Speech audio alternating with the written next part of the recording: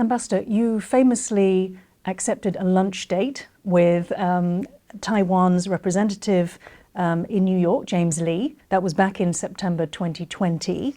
That meeting you called historic in terms of strengthening ties with Taiwan. A few months later, you were not able to complete the planned visit to Taiwan. Can you tell us the circumstances around that? Well, I think first of all, just to have the opportunity to have lunch with, as I refer to him as Ambassador Lee, such a brave individual who every day was speaking on Taiwan's behalf. Every day, even though he was pushed back, he never allowed that to defeat him. And so therefore, when we spoke, we had this trip that was planned in order for me to speak directly to the Taiwanese people here on your lovely island and to President Tsai.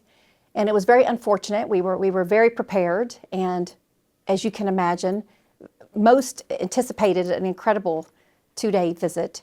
And we were on the aircraft and suddenly received a phone call from Secretary Pompeo that it just was not a safe idea because of the Chinese Communist Party reaction to my scheduled visit. And my first thought was the safety and the security of the Taiwanese people. What did Pompeo consider might happen? Well, I think the Chinese Communist Party were reacting in a way where they were flying their jets over into the area and also with their naval ships. And so therefore, like I said, my first reaction was less about me and more about the Taiwanese people. And if the trip had gone ahead, how do you think it might have compared to the Nancy Pelosi visit in August 2022? You know, I can't compare that trip, but I can tell you that being the U.S. ambassador to the UN and standing firm with Taiwan to the point that I am now sanctioned by the Chinese Communist Party,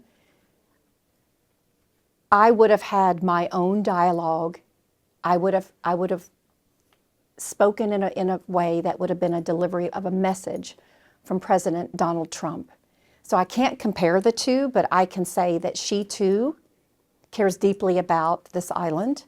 And as you know, the American people care about the island of Taiwan and the danger that the Chinese Communist Party for Taiwan and for the world, for that matter. Did they, in terms of the communication with Secretary Pompeo, did they talk about perhaps the erosion of the One China policy or the erosion of the status quo?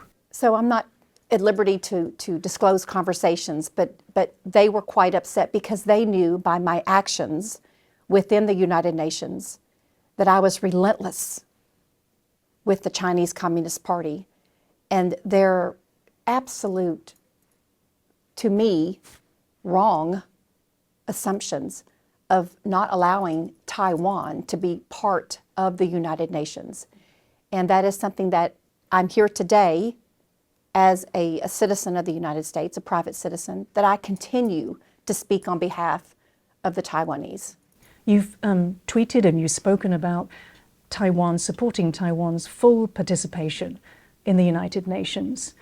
Do you think that, the prerequisite from the United Nations that Taiwan or any member must be a state, do you think that stands in the way for Taiwan? No, I believe they must be a democracy. And you are a democracy, you are a free society. As I just spoke about your elections, I mean, what more can you ask for at the United Nations? Because we need countries in an island such as Taiwan to support democracy, rule of law, the treatment of people, as you know, the way the Chinese Communist Party treats the Uyghurs, and the threats that they pose. We must have more countries, more islands, more states of democracy within the United Nations system. In Taiwan, of course, we consider ourselves a country, whether that's Republic of China or even Republic of Taiwan, depending on your politics.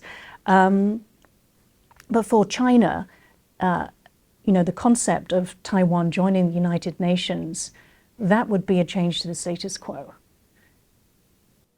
Well, I'm speaking as a private citizen. So I think my support that has been continued upon the change of administrations in 2021 reflects the fact that I believe that Taiwan should be on its own as part of the United Nations and recognized as a country that stands for democracy. Moving to Donald Trump, the Republican presidential hopeful, in your speech just now, you said the secret to getting on with Donald Trump is to do your part. And that was a message for Taiwan. You have, as we know, been an advocate for Taiwan and for US support, strong US support for Taiwan. Do you think that he shares the same view?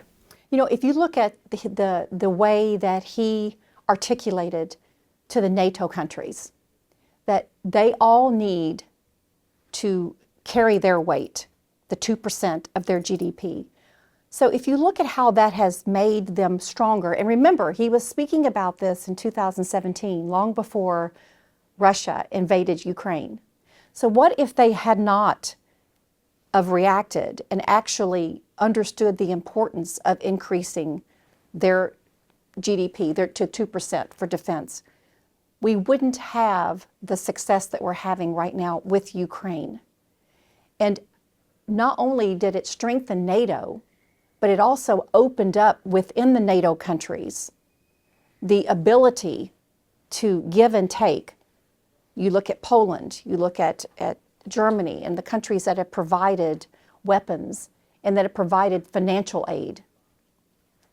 We want for Taiwan to be the same. We want you to be the Poland of the Pacific, because you have to look at the way Poland reacted to this invasion. So what is the best way is for deterrence, is to show strength and to show within your country that you are not going to allow you alone, because we will be with you as long as we see that you too are taking the initiative and the steps to strengthen from within.